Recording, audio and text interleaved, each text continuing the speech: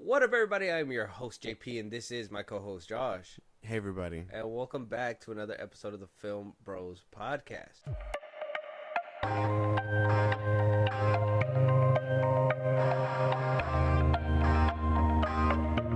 So, today, Josh, we have gathered to not just give ourselves to the monkeys, but we're going to completely just full blown discussion on like what I would say is like an underrated.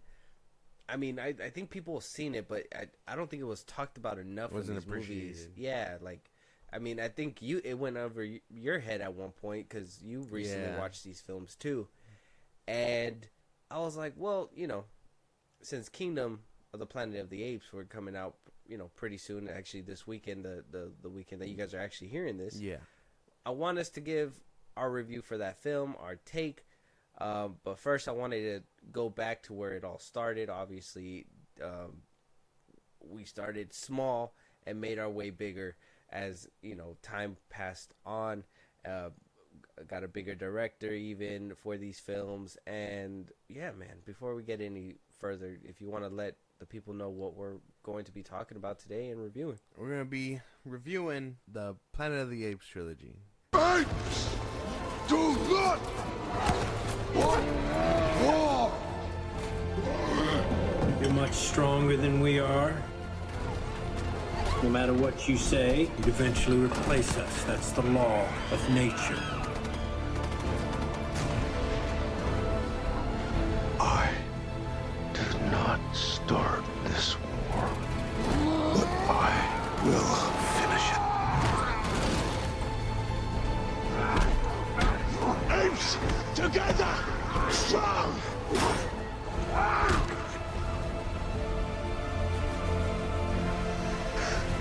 Ape, not kill.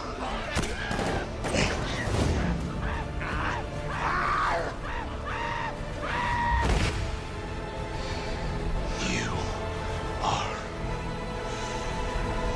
not ape.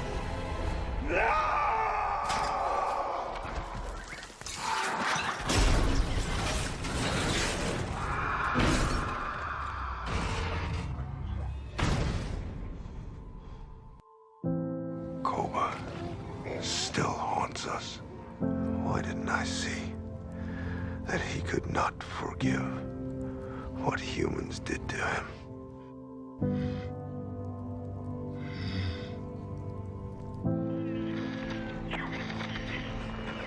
99 targets acquired. Repeat. King Kong is dead. Let's go. I get out from here. They must pay. Have you finally come to save your apes? I came for you. I don't blame you. But believe me, we are not all like him. Home. Home. Home. Yes. This is your home. Your home. Who was that? On the video. A good man. Like you.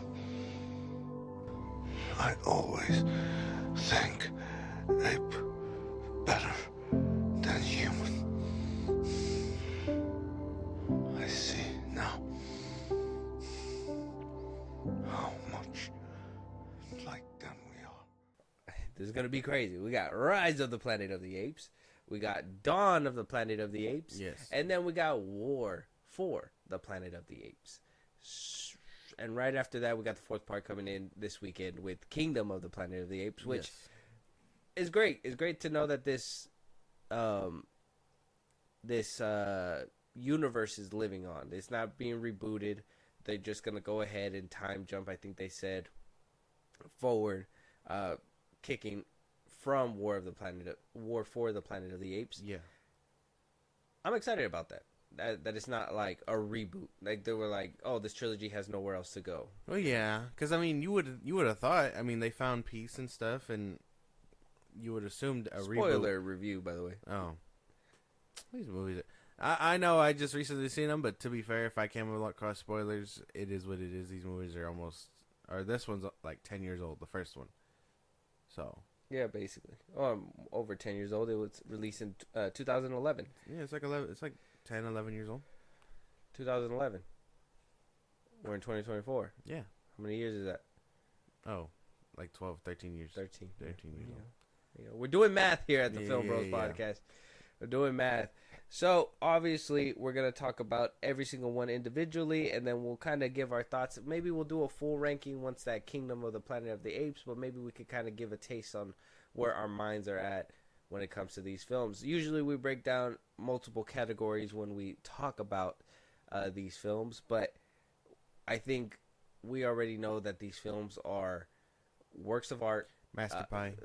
CGI is on par with all these films. I mean, we could probably touch up on it, but the three main categories that I kind of wanted to touch up on when we're talking about this film is characters, the world building, and the plot. Okay. That's basically what we'll basically be talking about. So, with the first one, let's just kick it off. Let's get started. So, Rise of the Planet of the Apes. This was released back in 2011. It has currently, at the time of recording, 82% fresh tomato on Rotten Tomatoes with a 77% audience score.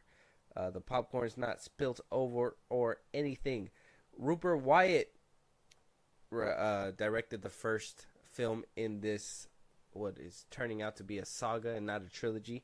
Yeah. But at least in this trilogy, Rupert Wyatt was the one who came out and did the first endeavor. He's made The Escapist, and that's basically it. That's the only other director's credit this man has had. So he hasn't really been doing it, but he does a lot of executive producing for shows, The Mosquito Coast, Captive State, etc., etc. So I mean, he's doing something, just not directing films as often. Which, I mean, after watching Rise of the Planet of the Apes, I mean, I don't think he was a bad director. No, that one was fine.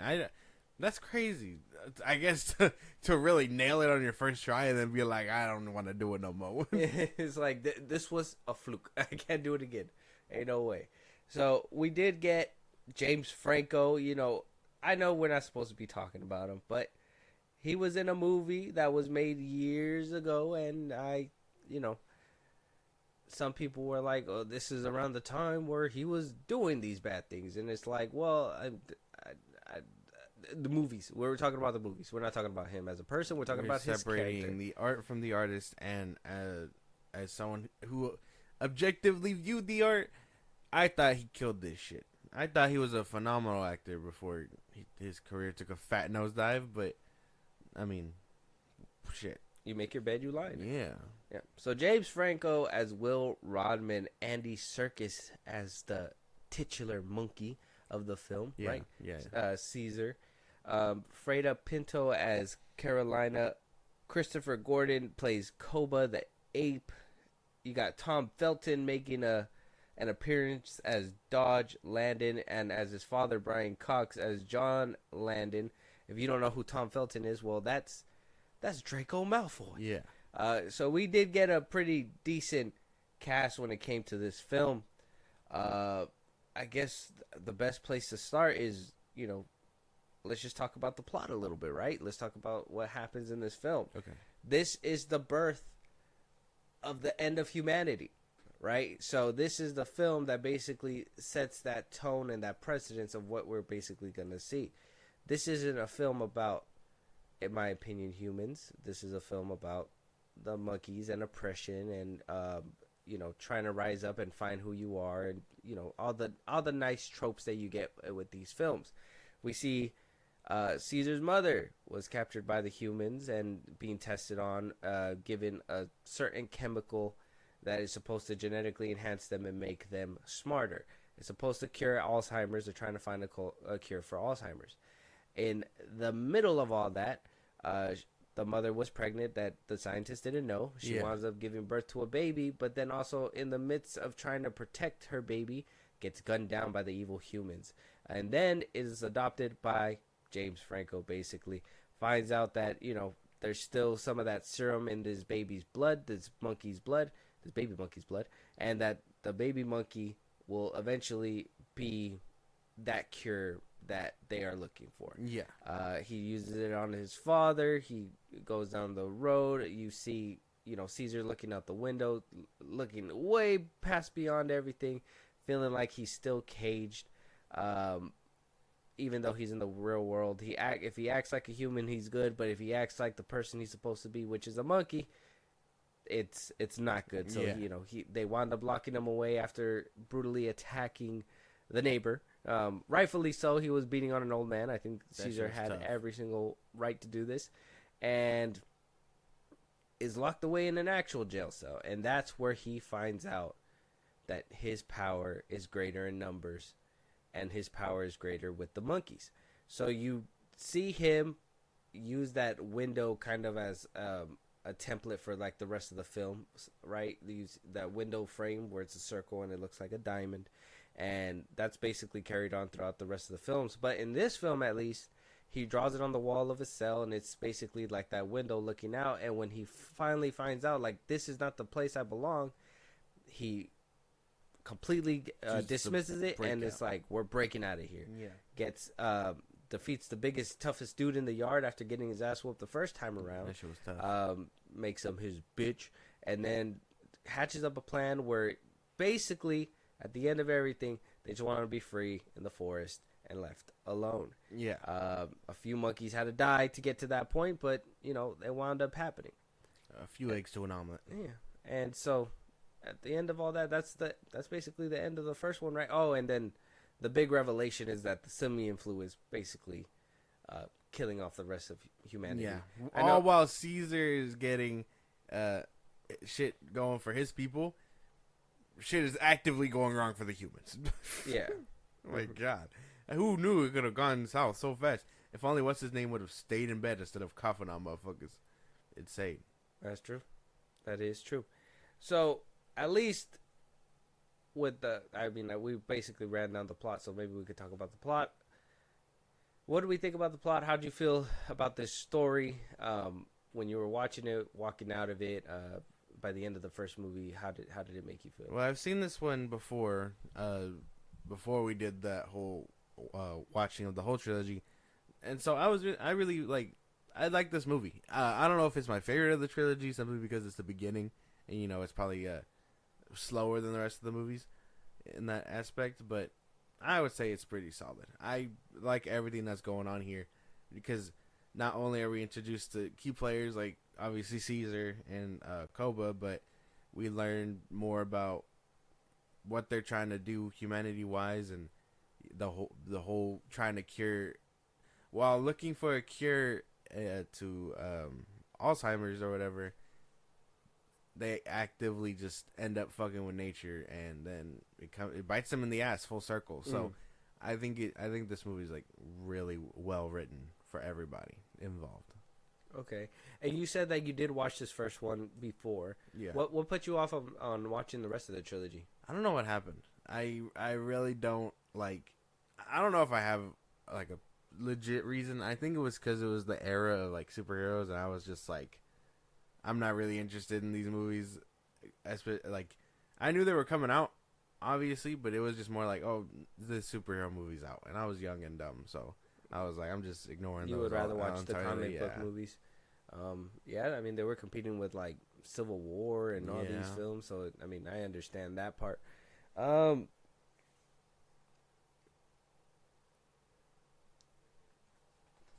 Plot wise, this movie's great. That whole story of oppression and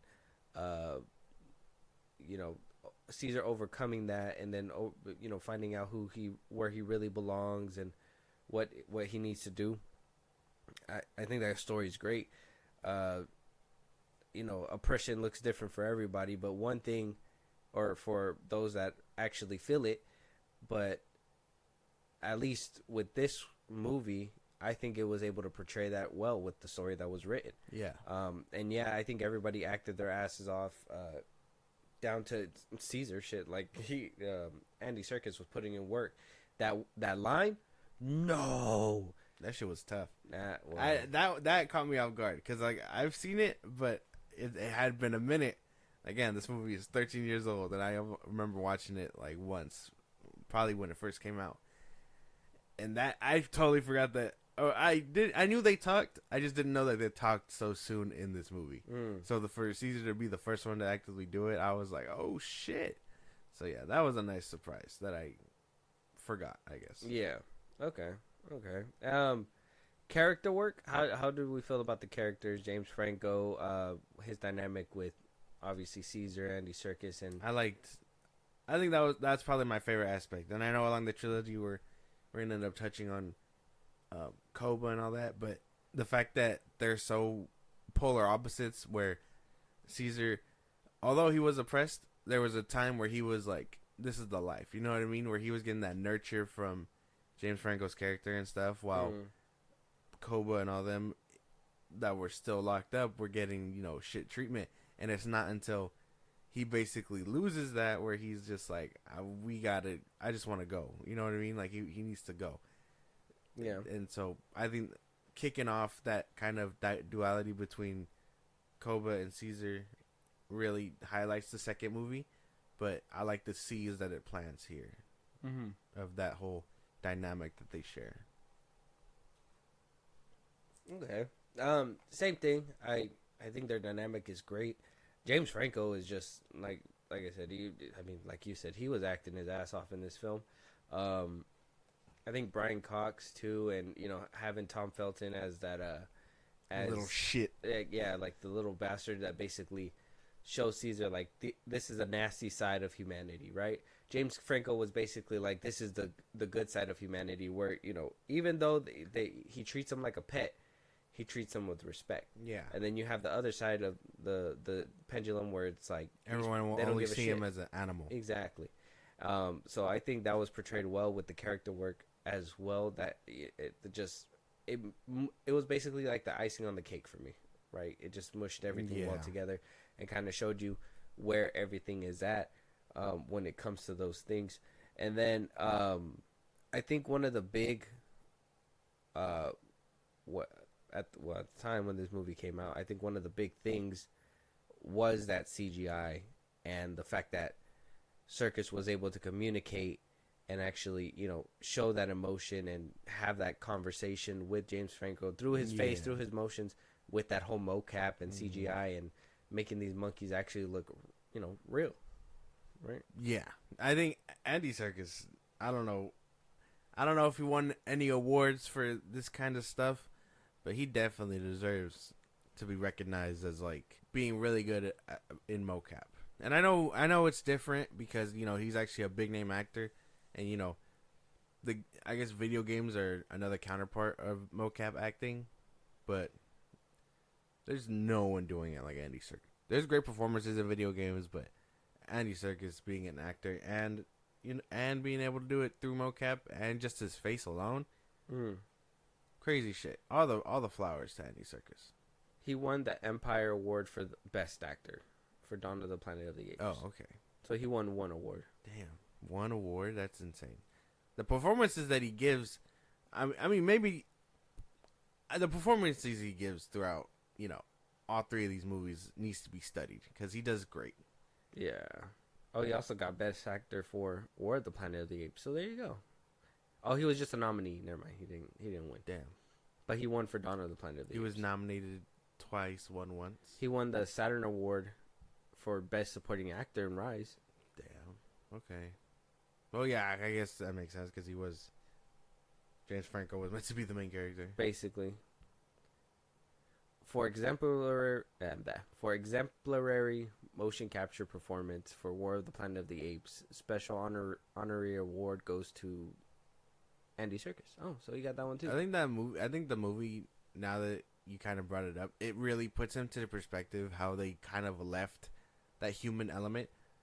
You know what I mean? Because you think, oh, a human is gonna play the main character, throughout these movies, but it's like, no, we're gonna have one be the segue, and then the other two are gonna be carried heavily by Caesar, the CGI, the ape, basically. That was a. I don't know if this is like a criticism or if this is like, you guys let me know what you guys think. But my thing is that the humans kept rotating around Caesar every single movie, right? You had James Franco in the first one, you had the other dude in the second one, and then you had like Woody Harrelson and shit in the third one. That shit was crazy. Which is cool. Like, it's cool that we changed the humans around, but would it have been better if we would have seen like, James Franco make it through all three films or something? Or are we okay with the fact that Caesar was the one that was like the main character, and then the side characters were rotating around him? But then again, you're not getting like full satisfying arcs within three movies. You're just getting one big satisfying arc that is Caesar's arc. Oh yeah, I think it works better that way because it's meant to focus on the apes. Andy Serkis as Caesar does something like wonderful, and it's not like he's a main character giving side character performance. You know what I mean? Mm-hmm. I think what happens between this one and the third one really brings out not just his chops but the story as well, because I thought James Franco would have been in all three too. Like, I thought that was my instinct. But if they get rid of him, it goes to there's room for other places to show Caesar that humanity is good and not all bad. You know what I mean? Yeah. Because think about it. All the second, like, not to jump the gun entirely into the second one, but in Dawn, they're just afraid of him. They're trying to separate themselves and avoid conflict. And the third one, it shows the extremist side of what humans can be like when they really like choose something to like aim their aggression toward, which is that war that goes on. I think it just really shows for Caesar and his story and arc and whatnot all the aspects of humanity, because although he knows he's striking fear in the second one, it's another whole like family that shows him that not all humans are like that either. Okay. Well, yeah, because I mean, there's a difference, and especially in the stance in the next few. Like, this one was the birth, right? This is like where everything basically just was getting started, and humans, though Caesar had that understanding that this is the better side of humanity and this is the worst side. Mm-hmm. He gets a little bit more of a taste in the second one of like what humanity is really capable of if they want to, or if provoked to act in a certain way, right? So that leads us to world building, at least for this first film. Yeah. What do you think about the world building? How'd you feel about, obviously being in San Francisco when the monkeys invaded, right? How do you feel about it? I think that works pretty well, because I don't know what it is. I know movies usually gravitate toward like New York, LA, Los Angeles, or whatever, but San Francisco being the starting point, not only is it fresh, but it also that's where that park is that they go to, the forest or whatever. And I think that works out better because New York and LA are like two urban places that, like, although I'm sure I think we're gonna end up seeing something like that, what it looks like, what happened to those urban areas and how nature basically took over. I think it's just smart play to have them near a place that already has all that forest for them, if that makes any sense. Yeah, that there's a hideaway that they're trying to find. Yeah, and as far as world building goes, I think it speaks for itself that the second and third one are really just hinging off what this one does, because it plants the seeds for everything going forward. Mm-hmm. A simian flu, which Caesar, which Koba. they even bring back at one point as well, when you thought that it was just completely obliterated already. So that being said, I think world building, at least in this film, I agree with you. I think they did a great job. It did plant the seeds. There was a lot. How do you say? There was a lot that was tasked for this film, right? Maybe Rupert didn't even know that this was gonna be the beginning or the start of a trilogy, and he had to kind of give you guys that that ending scare that happened within the first Planet of the Apes movie way back when. If you don't know what happens with that, and spoiler for if you guys haven't watched it, but the revelation when it came down to the very first Planet of the Apes movie was that these humans thought that they were on a different planet, and then by the end of the film they're like, oh no, this was our planet, right? Like, because I think by the end of it they're walking on the beach, and then they just see the Statue of Liberty sticking out of the beach, and they were like, what the fuck, this was New York? You know, like it was like this, it's like this big mic drop revelation. They thought they were on a different planet the whole time, and then when they find out that actually these monkeys had just, you know, taken over the planet years ago. I think we're probably going to touch up on that a little bit when we discuss towards the back end Kingdom of the Planet of the Apes, because I think that's something that's going to basically happen there too. Yeah. But at least with this film, that revelation that we got with the very first film, with this one, is that simian flu. And I really like that they kind of branched out that way, where it wasn't too crazy or too inexplicable. It was more, you know, the humans did this to themselves. Yeah. So the world building aspect, and, you know, really showing that the humans shot themselves in the foot, and this is gonna be this is basically gonna be the storyline moving forward. Great world building. Exactly. I think this film was executed pretty perfectly. Do I think it's the best one out of the franchise? Probably not, because I think they raised the bar more and more. But I do think what they did, and back in 2011 watching this, I was like, whoa, what the hell? Definitely is something, because I haven't seen the OG ones. I told you the other day that I kind of want to see that Mark Wahlberg one. Mm-hmm. But I think what he did for this one, you know, giving it a satisfying ending and then, you know, leaving it ambiguous for a sequel really helps, because I mean, this whole franchise has had like reboot after reboot for a minute. Since like the first one back in like what? No, 70 something? I think it did like what, 3 or 4 in the original timeline, and then that's when it started rebooting, or not rebooting, but basically jumping forward. Okay, yeah. So it was Planet of the Apes, and then it would go Planet of the Apes, Beneath the Planet of the Apes, Apes, Escape of the Planet of the Apes, Conquest of the Planet of the Apes, Battle for the Planet of the Apes, and then they made the remake with the 2001, which was the Mark Wahlberg one, which was Planet of the Apes. Yeah. And then that's when they rebooted it to what we're doing right now.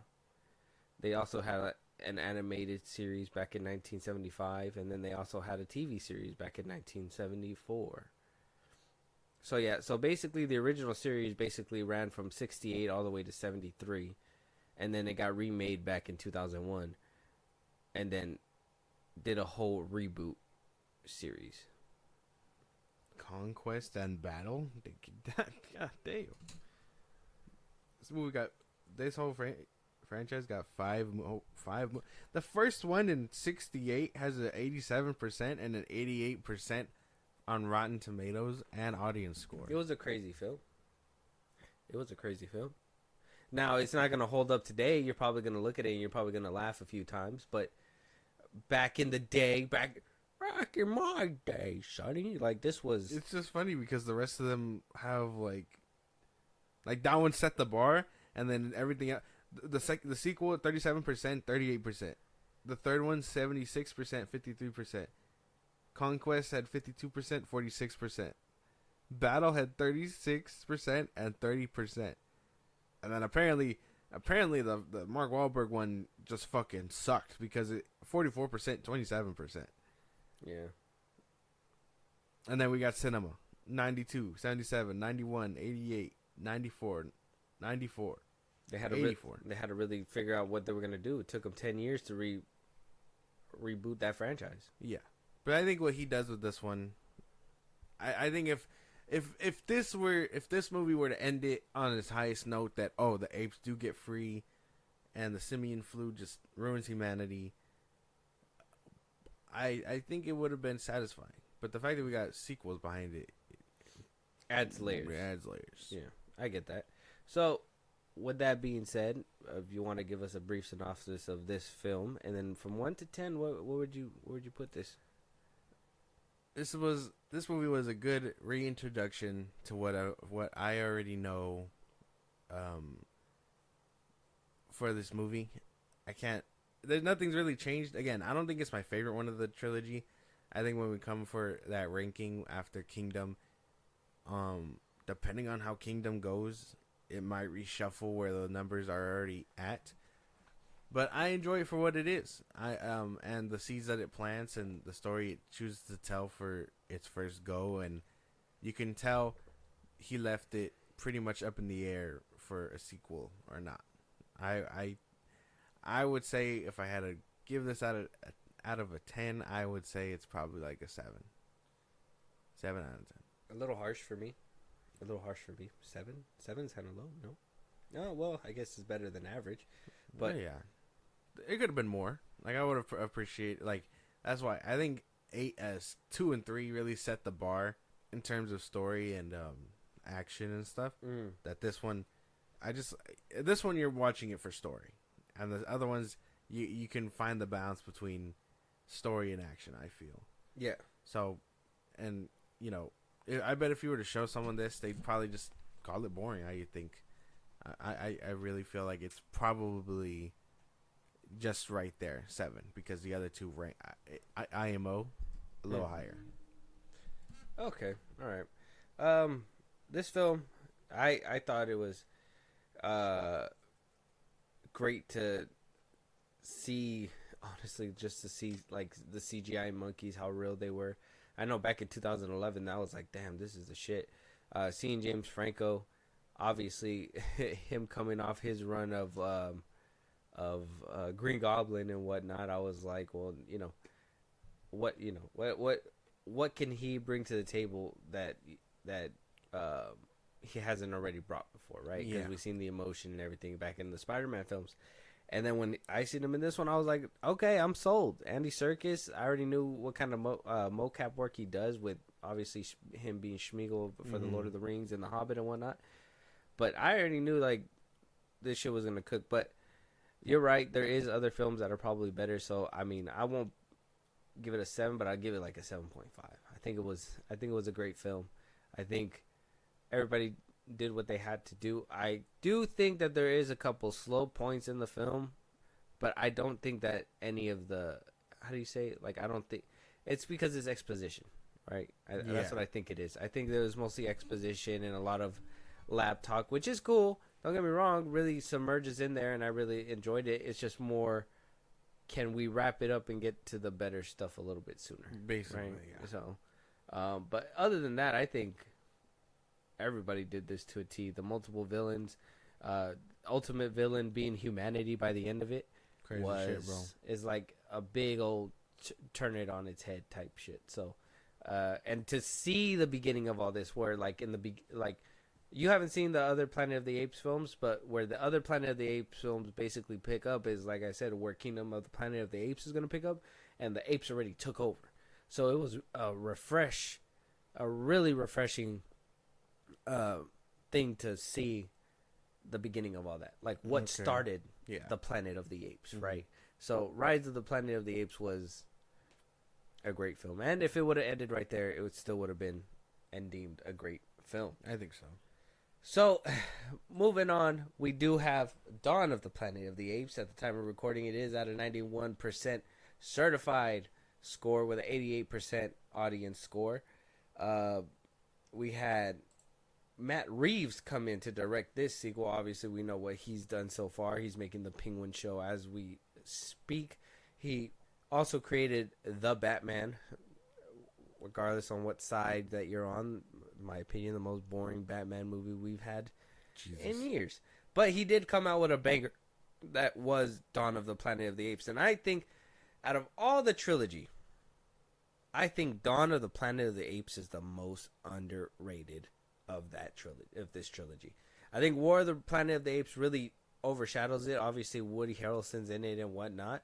But Dawn of the Planet of the Apes was a damn masterpiece. I remember leaving the theater watching this film. Just like, what the fuck was that? You go from humanity being the villain in the first one to the second one being humanity is still kind of the villain, but you also have some evil people within your own people, right? Within your own group. You thought these people were evil. Your people are no better. And they're, it's just a big old thing. So, I mean, it does change, and I do believe that, at least that this is the most underrated of the trilogy, for sure. I didn't know it got that kind of treatment, but yeah, I think without going too much into it, I would say that this one is really fucking good. Just because it builds on to what the first one already did between Koba and Caesar, and it just continues to push the themes about humanity and, well, the shit going on, but in the complex characterization that is Caesar and Koba. Okay. Like the conflict among, like, again, I told you they have fight scenes and stuff, and there's pretty cool fight scenes, but I think watching the chemistry between these characters and their ideals clash, it makes this movie 10 times better. Okay. I agree. So we do got Gary Oldman as Dreyfus, Kerry Russell as Eli, Andy Serkis as Caesar coming back. We do have Jason Clarke as Malcolm, Toby Cabell as Koba yet again, and so on and so forth. No James Franco in this one, so, for those that hate James Franco, you're welcome. He's not here no more, so Boogeyman gone. So Dawn of the Planet of the Apes came in higher, at least in the Rotten Tomato score, than Rise of the Planet of the Apes. Are we in agreement when it comes to this score? Yeah, 91 certified and 88 audience score. I think the audience score is too low. This movie is really fucking good. Yeah. So we see the beginning of Caesar's reign when it comes to this film. We start the film with seeing Caesar is hunting, and he thinks that there's no more humans. I believe all the apes are just like, there's no humans, we're good. And then next thing you know, what stumbles on their front porch with guns and shooting are humans. So they're like, oh, what the hell? There's like a human camp not too far from here. Koba's like, we need to take them out, while Caesar's here saying we need to help them. They'll leave us alone if we leave them alone. Yeah. We do what we got to do. We stay on our lane. They'll stay in their lane. Koba's like, fuck that noise. We need to go get them. Yeah. We need to go get them because they're going to come and get us. And look what they did to me.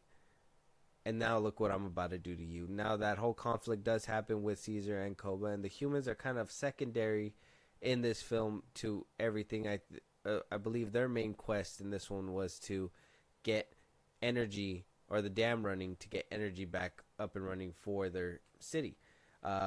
And also all the while trying to show that humanity is not like the big ginormous douchebag that was that one guy who just did not seem to listen. Mm-hmm. You get a betrayal from Koba. Caesar bites the dust for just a little bit. We get to get that nice little reminiscent setting back in his house, which is cool that the base he's basically not living too far from where he used to be, right? Because they have a base right there in San Francisco anyway, so it's like Caesar kind of stayed a little bit closer to home. I thought that was like a little neat detail. And yeah, you get that little scene. He gets back up and running. Caesar does have a kid in this one. It's he's trying to become his own little teenage warrior as well. Koba and Caesar duke it out, and by the end of it, humanity and monkeys are at war. Shit's crazy. The tension could not have been fixed. Apparently, as soon as Koba took over the city, that was a done deal, and Caesar had to roll with the punches. It was a very sad ending. I thought it was, the ideals clashing. You had the fact that Caesar was preventing this war the whole time, and by the end of it, because of his counterpart that he entrusted that didn't deserve the trust, he is now sucked into a war Just bit the dust. He didn't want to start. Yeah. Unfortunate. But I think I love everything going on in this movie. If you thought I loved the first one, it's because I do. but I love everything going on here. I think because the plot is so simple of just the apes wanting to stay on their own, the humans staying on their own, but they end up clashing anyway because, well, they need help from the apes to do what they want to do, is interesting. But it just leaves room for complex characters, and which leaves room for Koba and Caesar clashing, where the humans are and all this, so on and so forth. Yeah, I think, like I said, in this one, character work was, at least if we're gonna start dipping into the characters, were mostly Caesar and Koba. Caesar was trying to, lead his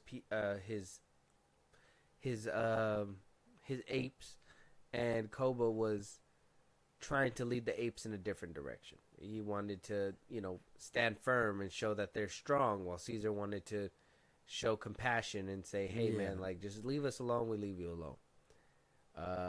I think they're clashing in between. I did like, even though I don't really like him as an actor or really seeing him too much, I did like seeing Jason Clarke as Malcolm, and obviously Gary Oldman was great. Seeing them two, obviously that was the same thing. You had Malcolm over here trying to prevent a war with the apes, and Gary Oldman was just like, "We will mow down every motherfucker that stands in between us and whatever we want." Yeah. So, I guess on both sides you could tell that's where you basically found out that Caesar and Koba are basically the tail side of the same coin when it comes down to the humans with Malcolm and Gary Oldman's character. Yeah. If the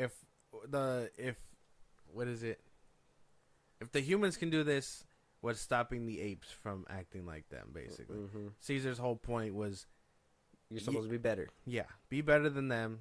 And his ideals were basically, well, stand firm, and let them know that we aren't to be fucked with, but the main thing to do is have peace.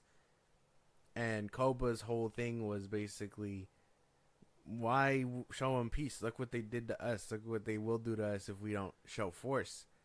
And I just love the ideals clashing because, again, Koba only knows the cruel side of humanity and the shit about being caged. I mean, they fucked his ass up. He is not a good-looking ape. He looks bad. Motherfucker's ugly. But Caesar knows compassion, and it's the same people that Malcolm, right, pulls him out, shows him compassion, nurtures him back to health, to basically face Koba at the end. And again, he's seen the better side of humanity, and why going to war with them, it doesn't help anybody. It doesn't help the humans, and it doesn't help the apes grow. Basically, yeah. The character work was there. I think obviously Caesar being able to talk was just a crazy thing in this film. Like, he went from just saying no in the first one. So the character development within Caesar was great too, because he not only improved on what he learned in the first film, but is also trying to install those beliefs into his people or his apes, and install that belief into Koba, but Koba just doesn't want to listen. So I mean, character development, at least with Caesar 2, is amazing. I really like the carry on from the first story. I like that little moment where he does find his own home, his old home, and he basically looks around and he's like, he questions it for a second, right?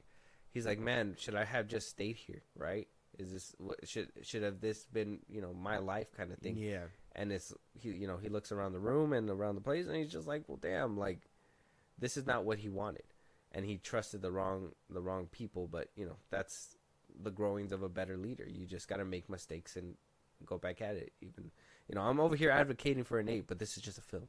If this was real life, I'd shoot the ape. Jeez. I'm going straight for Caesar's head. You feel me? Insane. But I really feel like the complex stuff going on here is insane shit, bro. Because I think Koba on his own should be studied. Yeah. Because his ideals come from what his own experiences with humans. His experience And the fact that he talks to is crazy, because he had the same treatment, or not the same treatment, but he had the same scientific stuff going on that Caesar did. He was just beaten and abused more. He was just but because he was more aggressive in his ways, he had to bite the dust. I do like that, the fact that he basically became top dog for a second and was leading them down this path. Like, it wasn't just the Caesar show up, take reign again, because no, he planted the seed of he's weak. Yeah, he had followers. Like that's what the cool part was, right? It was that divide.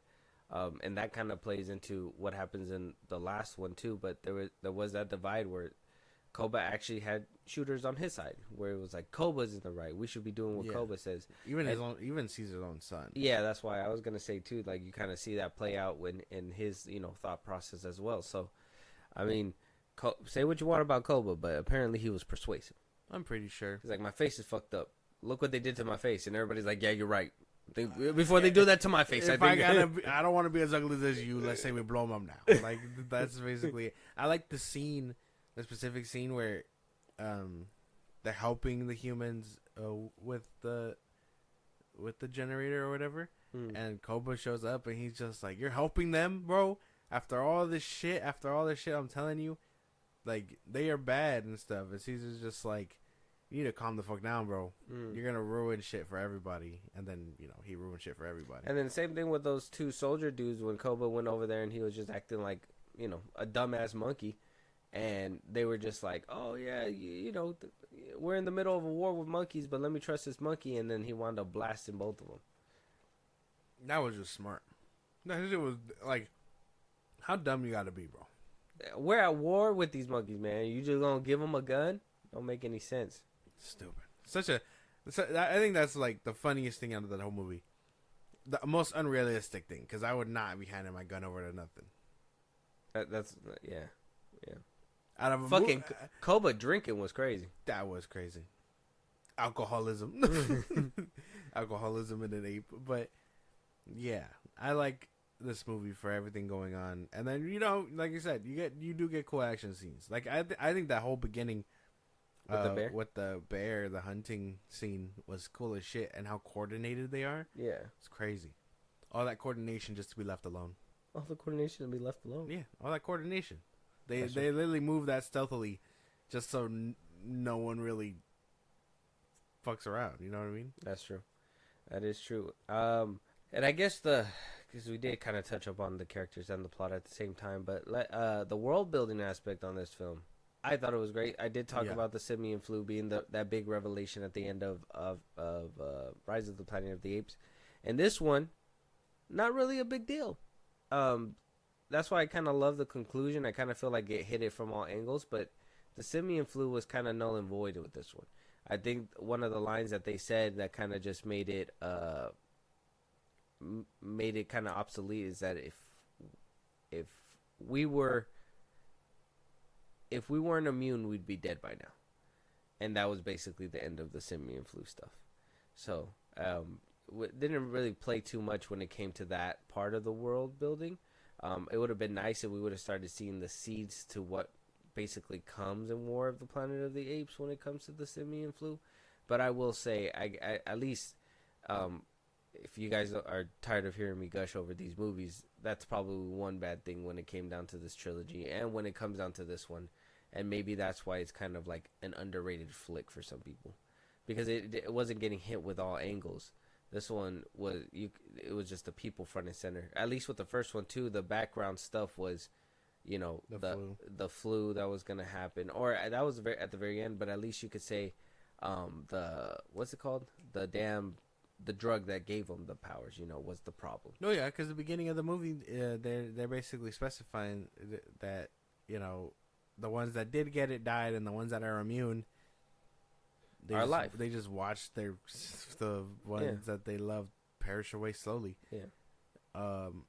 Which, I mean, I guess that's a quick way to sum it all up. And yeah, I it doesn't really matter when the ones that you're fighting against basically are immune, if that makes any sense. Mm-hmm. So there's no point to really address it other than the beginning. And again, you said the line where it's just like, "Oh, we're fine," and if we had it, we'd be dead. That's it. It doesn't really play a part. But I mean, I kind of enjoy that it evolves in the third one, which is interesting. Well, that's what I'm saying. At least with Dawn of the Planet of the Apes, it would have been nice if we would have had that little taste of it, right? If they would have started showing or teased that, the simian flu is starting to have some weird effects to the people that are supposed to be immune, right? Yeah. And then eventually lead up to what happens in War of the Planet of the Apes. Mm-hmm.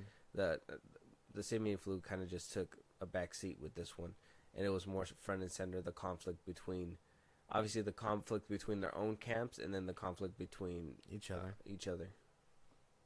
I see what you're saying, but I don't think I minded too much that they really cut out the flu, because they did their best to address it, and then I think I just like everything else going on that I'm fine with it taking the back seat until the third one,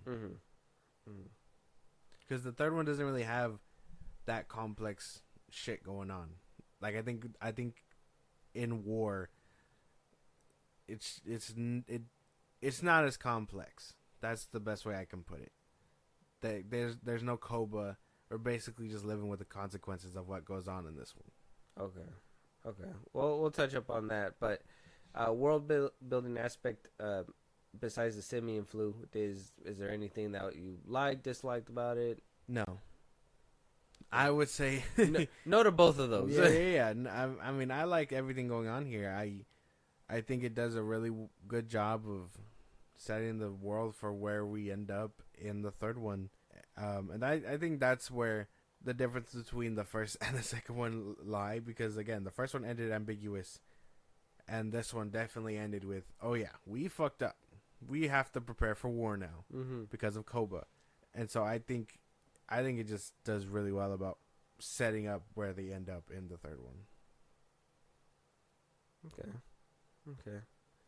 So, no negatives in this one? Not really, no. And the simian flu thing is not really a negative for you either. You're okay with it? Yeah, I was fine with it, yeah. Not being there at all? Yeah. Okay. All right. Well, with that being said, I mean, this was your first time watching Dawn of the Planet of the Apes? This was my first time, yeah. How'd you feel walking out of it? What was the pros, if you have any cons, and then just give the rating? This was a good movie. Again, I like everything. If the plot is simple, it leaves room for complex characters, and that's exactly what we got. We got ideals clashing, we got moralities coming full circle, and then we get the consequences of said clashings. I walked out of it shocked, because I was like, no fucking way, dude. And a little sad. I was a little upset, because I was like, damn, Koba just needed to know his place. Turns out his place was 6 feet under. If you would have just calmed the fuck down. Basically. Like, just put some brake. You don't have to full throttle it. It's fine. But I really did like this movie and everything going on. I gotta give it, like, I don't really have cons. I really enjoy this for what it is. I think I don't think I have any, like, cons other than, like, I guess the humans taking the back seat and certain characters that were just assholes for no reason other than to push the plot forward. But that's about it. Yeah, like the dude that just busts out a shotgun out of nowhere. Yeah. Other than that, I kind of like that everything else. He's just like chilling the whole time. He did have that tension around him, but then he gets bitched. Yeah. And then he dies. Yeah. So like we still got to make an example. Exactly. So I mean, I kind of enjoyed everything going on, and so I think with that, I gotta give it like 9 out of 10. A 9? 9. Okay. Damn. I didn't think you were gonna go that high. I was teetering between 8.5 and 9, but I think 9 is where it's at. Okay. This one, it was great to watch. Yet again, it's a great film. I love it. I think there is a couple of flaws in the film, not too big. I will say the simian flu for me is kind of like one of those things that, you set up in the last film. I didn't want to just hear that, everybody that got it was completely just deaded, and then that's it. It would have been nice to, to have followed up a little bit on that one too, and maybe like in my opinion, and I think this is probably lacking with all the trilogy, but the lack of Caesar having some kind of like old love for like James Franco's character, because that was basically his dad, and he just like walked away and doesn't even have any like regrets. And like, yeah, they have that moment. That's the only reason why I like Dawn 2, is that he has that emotional moment where he's in his old house and stuff. But I would have thought he would have taken that with him, where it's like more heartfelt, that that I don't know. he raised him. Well, yeah, but I think it's more of like it's meant to be more symbolic in the fact that it's the compassion that he was shown, that he basically lives with compassion for everybody. Mm-hmm. So I see what you're saying, because I would have liked to have seen James Franco or something like that, like a flashback or something. But I think for what it is, and it doesn't linger too long, I think it works out. Yeah. Could it be worse than fucking James Franco and Alien Covenant and shit? My boy was just like on a TV screen. I guess, man. Anyways, but with that, I do believe it's a 8.5. I think it's obviously better than Rise, but there was a couple things in this one that I was like, it just keeps it away. It just keeps it away. I think War really hits you on all angles, and that's why it's probably, not trying to spoil anything, but like, it's probably up there for me.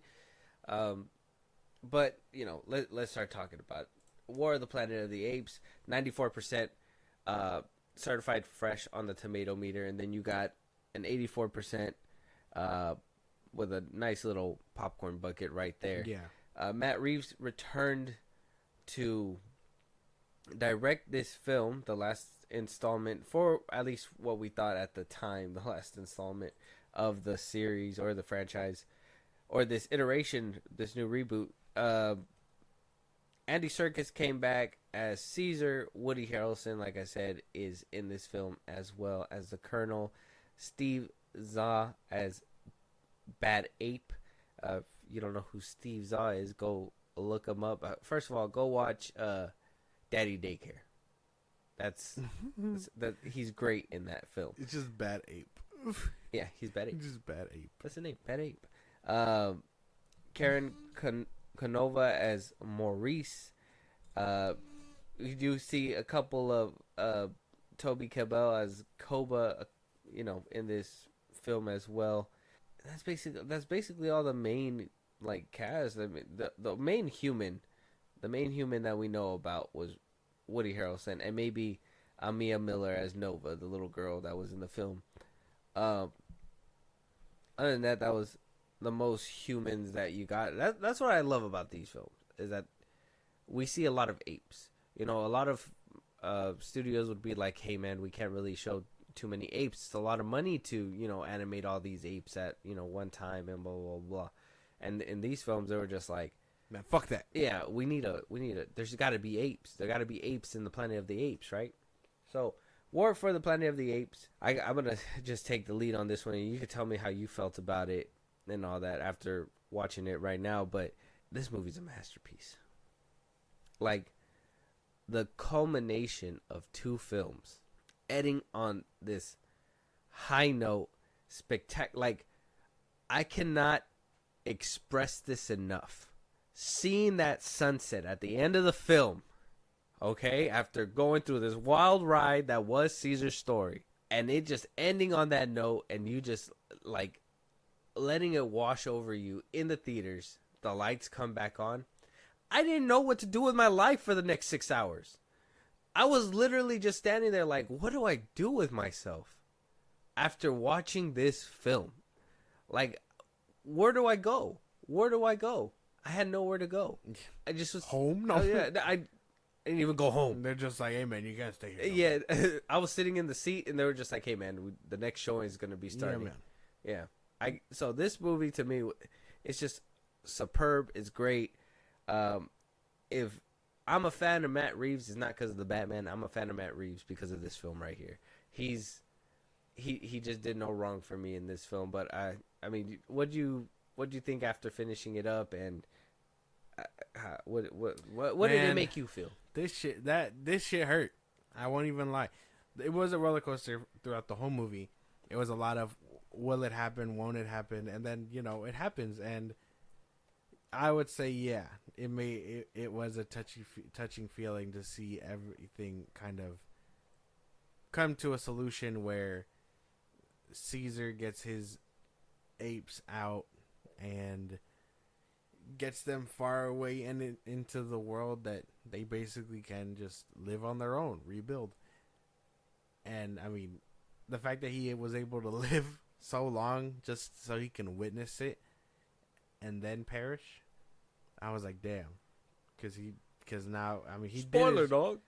Man, this movie's It's in the title. yeah, this movie's like 7 years old already, so it is what it is. I just think this shit did hurt after all said and done. Okay. So, with this film, obviously, we see Caesar's back, but we get this crazy opening shot. The humans are on the offensive. They are trying to eradicate the apes to take back their planet. Before, they were passive. They didn't know. In Dawn of the Planet of the Apes, they were passive. They didn't know what the apes were capable of. They were scared. Yeah. It was a scary thought. I think in the Dawn of the Planet of the Apes, the guy even said, like, they don't need no heat. They don't need electricity. That's why they're better than us. Yeah. Because they don't need all that shit. This film, they're letting you know, like, it's exactly that. They have all this artillery, whatnot, and they're still getting beat and outsmarted. And actually I would say out-monkeyed by Caesar and them. Yeah. So you see the humans trying to attack. They're on the offensive. They get beat up. We find out that the Colonel is trying to assassinate Caesar, trying to find out where he is. Caesar allows a couple of the soldiers that went to attack his base to go, not knowing that a traitor was in his midst, and wound up going back, letting the Colonel know where he was. The Colonel completely wipes out his lineage, which is so sad, and Tough shit, man. misses out on the actual ape that needed to, apparently bite the dust. Well, at least the baby chimp wound up surviving, so his lineage still survives, as you see in Kingdom of the Planet of the Apes. But next to Caesar is on the offensive while he's letting the rest of his tribe go off. He wants to go and take down the Colonel for what happened. We do encounter a little girl who is interacting with or having some adverse effects with the simian flu in this film. Yeah. Where she's losing her voice, and you see that basically seep in not only to her but into the soldiers that are working for the Colonel. As Caesar gets closer, he picks up a few people on the way. Bad Ape is also a monkey. He figures out who the traitor is, and by the end of the film, he confronts the Colonel face to face, where the simian flu has completely corrupted his himself. The Colonel turns out to be a crazy human. He's on the bad side of the humanity spectrum, and is basically not only at war with monkeys, but he's at war with the humans too. So isn't that insane? He just basically pinned himself in between two people. Caesar does what he has to do, has a few demons to fight. I think Koba really haunts him. You did say that he is also, not only is he dealing with the Colonel, but he's also dealing with the backlash that Koba and his little feud made within the ape society. And when it's all said and done, and when the smoke clears, Caesar gets, as many apes out, sees them off, and goes to sleep. Like just, man, perfect stuff. It was really Perfect good. stuff. It was really good. I wasn't expecting I wasn't expecting half the shit going on. Like, I wasn't expecting the Colonel. I was not expecting Woody Harrelson. I was just like, what the fuck? Woody Harrelson. But he played the shit out of that role. Yeah, he did really good. But I think everything going on here, dealing after Koba's whole regime really just sets the tone. And again, it's very clear that they are very much against each other because of what happened. And I think it really it's just a culmination of everything going on from the other two films, where it's like, okay, we got this crazy ass Colonel who's basically humanity's Koba, I guess. And he has his own little coup that he runs shit with in an attempt to basically kill the apes and redeem his once admirable status. Mm-hmm. It doesn't really work out in his favor, obviously. But, man, to go out the way the Colonel did is insane. Because he was fighting that whole time just to end up with the simian flu. Crazy shit. Yeah. Well, and just to kind of clear that up, he didn't really want to get reinstated as the Colonel for the humans. It was more of a personal vendetta because the simian flu took his son. So he just basically went crazy and detached from that. And because he was planning to go on the offensive with the monkeys when the humans weren't ready, and he was basically taking their troops with him, they were like, well, we got to squash this fool because now he's becoming competition. Mm-hmm. And, yeah, that's basically what happened. I think that shit's crazy regardless. Yeah. Yeah. Still, like... He had a whole camp of... Yeah. He had a whole camp of apes just working for him. Plot twist that the monkeys that Caesar sent to leave were captured by them. Yeah. I wasn't expecting that shit either. And then I seen it, I was like, what a fucking traitor. Yeah. Shit's crazy. That was cool when they dealt with the traitor in that one scene in the tent when it was like, yeah, be quiet, and the dude was about to scream and Caesar just caught his neck. Yeah. Had to be done. Caesar a menace. So character wise, Caesar, Bad Ape was in this one. I really love Bad Ape in this film. I think he's hilarious. He was funny. He makes me, every single scene that he was in really just lit it up. The little girl Nova, she didn't really do too much besides drive. I guess give. She was that play the role for Caesar to care for humanity. Yeah, it was another compassion thing for him. Yeah, to attach onto to show that humanity can be good still. Yeah, and I was like, that's fine, but I think we played through that just a little bit. But this movie was all gas, no brakes. That it was just little kind of. It was little compared to everything else that was happening, I guess. Well, yeah, because they got bigger shit going on. Yeah. He's like, yeah, I'll be compassionate, but for now, my people need a warrior. Yeah, exactly. So, and then him having to deal with that, with still fighting his demons with Koba, him over here wanting to show compassion and didn't want to fight, and then Koba just basically being like, well, I told you. From beyond the grave, and it's like, well, shut up, Koba. I killed you for a reason. Exactly. If I wanted to hear all this yapping, I'd keep you in a cage. Goddammit. Yeah, basically.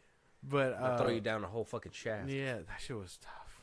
Imagine having a whole crane land on your bitch ass. Yeah, Emperor Palpatine him. I know. In a worse way. Yeah. At least Palpatine just blew up after. He got incinerated. Yeah. This man fell a couple stories. I'm sure probably lived, and then had a crane dropped on him. Yeah, and then it lit up. And then blew up. Yeah, so. He's like, I'm still alive down here. Yeah, if the crane didn't get him, the fire sure cooked him. Yeah. Have an ape for dinner or something. I don't know. But I think everything going on in this movie, where the characters are, really helps. I like where Maurice is also his morality, because he's also. I think Caesar was not only struggling with like coming to terms to being a warrior, but I think Maurice was really helping him stay grounded as well, where he's like, be reasonable, but Caesar still had to be the guy. Yeah, Caesar wanted to go, pause on everybody, and Maurice was just like, nah, bro, you can't do that with everybody. You gotta think. Zen and peace sometimes. Yeah. You can't just go around beating everybody up. Yeah. I mean, as a monkey that lost his family, I think he had every right to go around and just, go, dare I say, ape shit on them. Oh, Yeah, okay. Stupid. But I really feel like that the Colonel was probably the standing out for me, at least. I think he was a really good bad guy. Yeah. Not better than Koba, but good enough. I think Koba just being the inside man and doing everything that he did puts him on top of all the shit going on in this movie. But the Colonel is second best because it really shows that, like, again, humanity will do everything when it's determined up until the end, basically. Yeah, it's true. This film was just... Caesar's the GOAT. He fought for his people. He literally was like, man, fuck you, we'll work, but we want food and water. Caesar is monkey Jesus. He is monkey Jesus. Ape Jesus. Ape Jesus. Well, the Messiah brought him home. Well, yeah, I mean, he led them to the promised land Multiple times. But I think the third time was meant to be the final time, and then he perished after that. It's like, man, I am tired. This is the final promised land I'm bringing you guys to. At this point, y'all are on your own. My son got it. This is next generation shit. I am going to bed. Yeah. Permanent sleep is what he said. I haven't slept in 15 years. I've been watching over every single one of you. There's enough of my teachings to go around. Blah. And then he fucking dies. Hopefully they keep English in there. Just saying. I'm pretty sure. I'm just saying. Maurice wasn't speaking English. He was hitting you with the... Well, yeah, but I mean... That's some sign language. Could he not speak? I think there was a few times he spoke. I think it was like a couple times where it was like supposed to be a surprising moment. Like, I don't remember verbatim, but kind of when like Caesar in the beginning was like no or whatever. Maurice couldn't talk like that. He was just like, imagine Caesar's like, I'm dying now, and Maurice is just like, all right, bro, sleep tight. He's like, you could speak the whole time. Like, sleep well, dog. May you rest in peace. Pour Maurice, one out. You're insane. But everything going on in this movie really perfect ending to what we assume is this chapter. Hopefully the fourth one does really good about carrying the next set of books, if that makes any sense. Okay. It's gonna kind of lead us to world building here. What did we feel about the world building? It was great. I think the culmination of everything. Yes. The fact that I really liked the fact that Caesar thought, obviously he knew war was coming, but he didn't know that the humans were basically stacked up the way that they were. Yeah. He didn't realize how outgunned he was until the very end. He obviously knew that they had certain weaponry, but then when he saw that whole armada, that's when it really sunk into him. Like, no matter how much he does, there's always gonna be some shit happening, And I think that kind of just helped him let go a little bit more. But for the most part, the world building was great. I love the reintroduction of the simian flu. Like I said, this one really took what I thought that they were gonna do with Dawn and really implemented it in here, because for whatever reason, it shouldn't have completely disappeared. You should have been hearing rumblings, even if they planted seeds like, oh, somebody's in the med bay with some new disease that we don't even know. It looks like the simian flu, but it's something different or whatever, right? Like, if they would have planted the seeds or at least started talking about it, it would have been cool. But like, this one really plays on it. This one plays on all the character work that was basically built up to this point, and just from the beginning to end, just runs with it, goes, hits every point. I see what you're saying. But at the same time, again, I don't think it bothers me too much that it wasn't in the sequel. Well, it bothers me. Yeah, well, damn. Wah. No. But I see I guess I know what you're saying. I just don't agree. But you are making somewhat sense. Somewhat. I don't like the implication of somewhat. What? It gotta be full cents or no cents. Well, then damn. $4 or no dollars. You're not gonna make any sense. Okay, well then damn. But I really feel like the little introduction to the fact that it's getting worse and actually not just killing people, but actively reducing the ones that they said were once immune to something that can make them susceptible. Just the way that as like the apes were getting stronger, it's making humans weaker and stuff. It really helps, and I guess it sets the tone for where they are 500 years into the future with Kingdom. Okay. So, with that being said, before we start kind of conversating about our Kingdom predictions and where this series can lead off to next, with obviously the next installment that is out right now when you guys are listening to this. What did you think about this film by the end of it when you walked out? Obviously, this was that final film, at least what you thought was the final film. Yeah, up until recently. Yeah. So, what'd you think about it, and what's your rating for this one? Well, I thought this show was epic. I thought it was a perfect conclusion to everything going on. It was my first watch. I like everything going on here from the beginning to the end. Maybe not as much as I like the second one, but oh man, really close, and I can't even knock it for what it does and what it builds up to for the Kingdom. I gotta give it in the same boat. It has to be like a 9 out of 10. And I know that's very controversial because I just gave the last one a 9. I guess when Kingdom of the Planet of the Apes comes out and we watch that and then we rank, someone's gonna have to pick the slot. It just depends on how good Kingdom is. Okay. But 9 out of 10. They were both that good. Okay. That makes sense. 9 out of 10.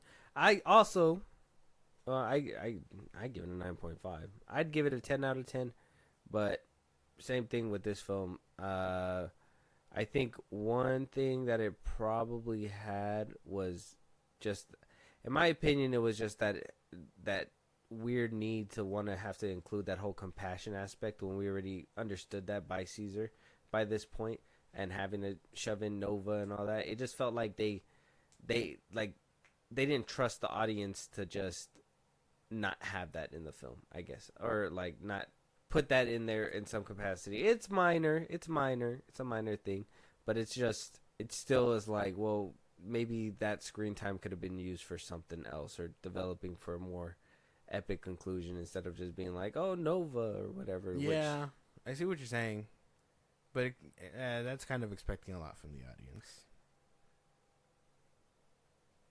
What do you mean? Some audiences aren't nuanced like that. Yeah, that's true. I'm not really, a filmmaker, but at the same time, some people need their hand held for certain things. Yeah, I get that too. So, regardless, a 9.5, and like I said, by the end of this film, man, when in the theaters, even rewatching it now, when I rewatched it with you, like, it's too good. It's too good. This, like,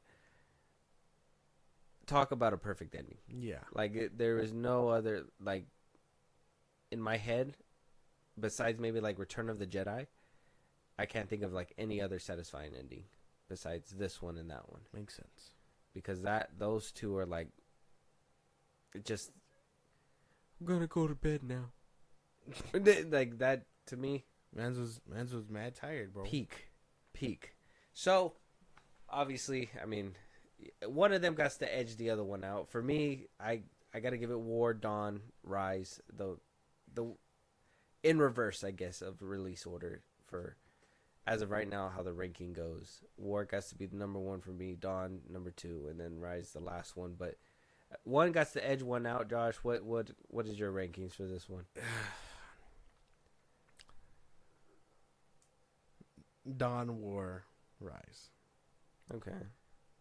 I really like the complex shit going on in Dawn between Koba and Caesar. And the lengths that Koba is willing to go for his ideals, and what sets in motion the third one. You know what I mean? Yeah. Because without this one, no third one, if that makes any sense. Without Dawn, no third movie. No War. Oh, well, yeah. I mean, no sequel, no trequel. Come on now. That's just math, my guy. That's just math. You can't have a third one without the second one. No, You can't have a trilogy without a first one. You're not getting what I'm saying. I know. I get it. I'm just poking holes. Stupid. No. It was too easy. Leave You me set alone, goddammit. No, why you set me up so easily? You could have just been like, "Oh yeah, man, that was real profound." Not, we're doing math out here. Hey, 2 + 2 is 4, man. Like, you gotta do all that. You just be like, "Hey, man, that was profound as fuck, yo." So, by the end of this one, obviously with a satisfying conclusion, I mean, I could personally say I wasn't entirely excited to hear that there was going to be another film, because usually when other films come out, it ruins whatever the original creator wanted to make. I know a lot of people, I'm just using it as an example, but a lot of people take Star Wars in for example, and they say Disney's ruining George Lucas's original vision because other people are doing it. I don't think that way. It's just an example. I think Star Wars is fine the way that it's been coming out. I do think hiccups happen, but at least with Kingdom, or at least with the Planet of the Apes films that we're discussing right now, is that I'm not sure if another installment was necessary. Welcomed for sure, but where do you go from where we left off, right? Yeah, basically. And 500 years into the future is something for sure. That's a real gap right there. It's a leap. It is a big leap. And I mean, until we see the movie, it doesn't look like they are doing anything more than what it is, other than it looks like a dictatorship. Mm-hmm. Not so much I know Caesar was a leader in the it wasn't a dictatorship. He had friends around him that helped him do the best that he could to like help his people. This one seems like he's just ruling, and if you're in the way, get the fuck out the way. I'll steamroll you if I have to. Yeah. He's not leading, he's dictating. So I think that's just one big thing between whoever the fuck this other dude this ape is running shit versus, well, and it also looks like they're eradicating humans too. Yeah. I think they're just bringing them in for sport. Like they're just like, hey man, we're bored.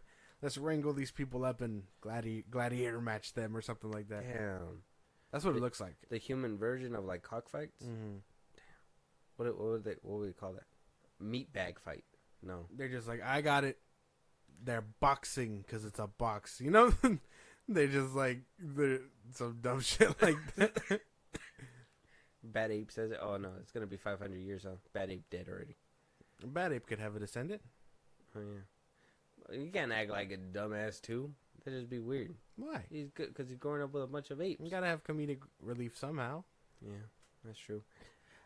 And one thing I did wanted to kind of like theorize is what I was saying in the beginning as well, is that potentially we could be leading up to what the first Planet of the Apes movie did way back in the 60s, and be like, oh, humans think that they're like, in the Stone Age or, some shit like that way back when. And then a big revelation by the end of it is that, holy shit, there was buildings and shit here. Oh, well, I guess there was buildings in the trailer, huh? So that's kind of null and void.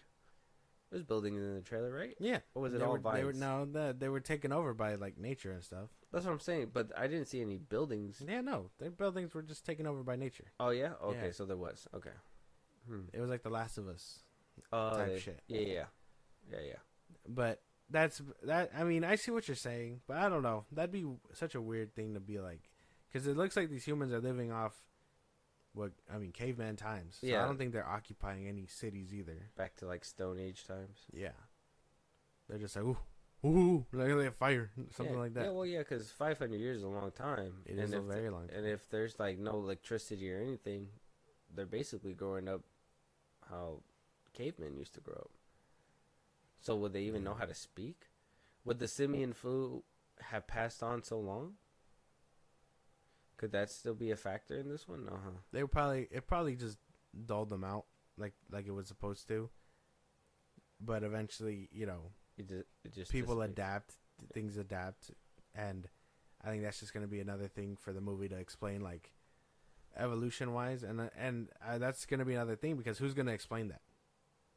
Is it just going to be like Dawn, where it's a big exposition piece, and then they're like, okay, this is where we are now with the flu and these people. But I guess that's just time will tell. And then I think another thing that we can probably discuss is the director. Now, we did touch upon it before in a different episode, but Westball being the director and him only being known for making the Maze Runner films, coming off of, obviously, I guess what I could say is Rupert Wyatt, he only made that film and then kind of disappeared. He made a great film. But then Matt Reeves made 2 better films. Yeah. Right? Him being a more established director, whatnot, made more, I guess better films at the time. And we're coming to Westball, who all he's done is the Maze Runners. This could be the beginning again, where it's like, oh, we're gonna get a cheap director for the first one, and then maybe go big for the next 2 with a different director. But I mean, do we have faith that the small director can make a big film like this? And then do we also have faith that, people are willing to downgrade for the 4th installment after coming off the highs that was the 3rd one? I want to say yeah, only because, how can, obviously there's always going to be the comparison to Matt Reeves, but, you got to give it a chance. And I mean, to be fair, Westball got 3 movies out of Maze Runner. So he was obviously doing something right. Yeah. They were familiar with his work with the first one. But even then, a lot of people said the 3rd one sucked tits. I didn't see the 3rd one. I didn't see the 2nd one. But I did see the first one. So I think the first one was really well done. So I think I have faith. And if they end up ditching him, then, oh well, Hope maybe we won't get like that, but who's to say that they won't just can him and go a different route with someone else when a sequel decides to roll around, or who knows if this one even gets a sequel? Who knows? They're just like, the 4th one didn't do well. Actually, we stopped at Caesar. Yeah, just take a crack at it another 5 years or so. Yeah, jumping in 500 years, the future. That's a really big time jump. That's a really long time jump. Oh yeah. They can't have it too close to Caesar's end. Well, I mean, why not? Could have been 100 years. 100 years is still a long time. Close to Caesar. Yeah, not enough. And then that would give you more of a connection, like, oh, Caesar was my father. You're his grandson. Now it's like 500 years. That's his great grandbaby. It's his descendant. How long do apes live for? 500 years is a long time. Well, yeah, but how Caesar's bloodline or Caesar's little DNA strip is literally split thin by 500 years. That's just crazy. You have a piece, a fucking quarter portion of your dad in you, or not your dad, Caesar as your great grandfather. Okay, apes can live up to at most 45 years old. 45. 500. I don't know. I don't know math like that. They would have went through about 12 chimps before ending up to 500 years. Yeah, that's like grandfather, grandson, son. That's how many apes that is. Yeah, man? But the lineage is there. By 12 apes later, it's like I said, you probably got this much of Caesar in you. Yeah, but his ideals never die, so it doesn't matter. That shit transcends a lifetime. Yeah, exactly. His ideals are meant to stay forever, and if this ape that's running shit isn't doing anything good or whatever, then Who knows? Who's to say that he won't? What Start his if own plot coup? twist? Because he. What if plot twist that dictator is actually Caesar's descendant, and he misconstrued what Caesar's teachings was? Because as time passed on, 500 years is a long time. The story and what Caesar did could really change depending on whatever those 12 apes decided to go do at that time. Ooh, that'd be a plot twist. It would. Well, I have no doubt that like there's some shady shit going on with the government. They made it kind of sound like that in the trailer, whereas like the elders aren't telling them everything or whatever. Yeah. So I don't know. All that is very plausible. I don't know. I'm skeptical, but also very excited to see where the story goes. I'm locking in my theory. Okay. If it happens, I called it. Who knows, bro? Who knows until we see it. If I call it, Westball needs to be fired because it was that easy. What the hell? Got to push the easy button in the movie theater. That was easy. It's not true. No, What if you're taking a fat stab in the dark and miss? that's what I'm saying. But what if I hit? What if I mortally wound said victim? I mean, what? Anyways, Insane. any theories on your part of what we're gonna see with Kingdom? Any theories on Kingdom? I don't know. Maybe what if they're like? I know he was an ugly ass ape, but what if there's a descendant of Koba in here somewhere? They had a hidden child or something. Ain't nobody fucking giving Koba ass.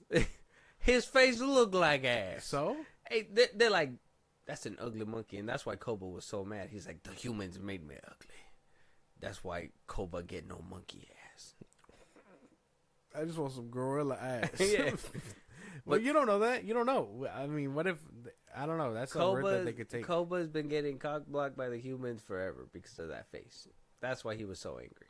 If Koba was getting some monkey poon, man, he'd be fine. He would be alive today, chilled out, That's zen. insane. No. Insane that you say that. That's insane shit, bro. But what the fuck? Insane that you conceive such a notion. But that's probably I would say that's pretty a good theory that we could potentially see descendants of Koba, Maurice, and like the OGs basically. Oh, probably. What if they're like on the council? Yeah. I don't want to see if They're just like, well, they believed in this and they got us this far. We're doing our best to live by their ideals, but again, they could totally be misconstrued because the trailer made it sound like they're hiding shit. that's true. They're probably gonna make it sound like apes were always destined to rule or whatever. When it sounds like they're finding out that humans once ruled and they were capable of doing amazing things, and now they hunt them for sport, and that's not supposed to happen or something like that. Okay, that's a good theory too. Yeah. Well, either which way, Planet of the Apes or Kingdom of the Planet of the Apes is going to be coming out pretty soon. We'll be able to discuss that one and maybe just see if it reshuffles our ranking. But as it sits right now, you're saying Dawn, War, Rise. Yes. I say War, Dawn, Rise. But I mean, let us know what you guys think out there. What are the rankings for y'all? What are the rankings for y'all? Have you guys seen the movies? Are you watching Kingdom of the Planet of the Apes? Are you excited that it's a continuation and not a reboot? Or maybe like a semi-reboot, right? Because 500 years kind of gives you leeway for like a partial reboot, I guess. A little bit. Is it considered still a partial reboot? I think it'd be like a little If it's bit. down the line of the same years and they just put it so far away that you're never going to see any of the main characters? At that point, it'd be like a legacy sequel, right? No, because the Legacy sequel was like Maverick. No, I don't know. I think it's just a fourth installment then. Movies take time, bro. That's it. 500 years? This one did. What do you mean? Live action. I'm talking between about, 2017 and now? I'm talking about the gap in the years of the movie, like in the movie, like within in the universe, man. Not in real life. You think 500 years are gonna pass, and I'm gonna still watch Kingdom of the Planet of the Apes 4? I'd be dead. Lifespan of a human is longer than a monkey's, but not over 100. I don't think. That could make me make 105. Anyways, I guess. but let us know your guys' thoughts out there. And if you guys are watching Kingdom, let us know your guys' theories, what you guys think might happen within that film as well. With that being said, though, if there's any movies you guys want us to review, any topics we should be discussing, if you guys want to hear your voice on one of these episodes and, have the discussion with us, hit us up at the socials that Josh is going to give you guys. Go ahead. Twitter, TikTok, Instagram at FilmBros Podcast. We post new episodes are up. You can hit us up there for any news or movies you want us to cover. Buzzsprout, links in the bios of the socials I just gave you. It's like a Patreon. You subscribe, you help the show grow. We'd greatly appreciate it. You get special perks. Again, Buzzsprout, FilmBros Podcast, link in the bios of the socials I just gave you. You can listen to us anywhere you get your podcast at FilmBros Podcast, Spotify, YouTube Music, Apple Podcasts. We're on a bunch of sites wherever you get your podcasts. Check us out at FilmBros Podcast. Be part of the conversation. Twitch at FilmBros Podcast, and then subscribe to our YouTube when it's all said and done at FilmBros Podcast. And with that being said, I'll talk to you guys on the next one. Talk to you guys later.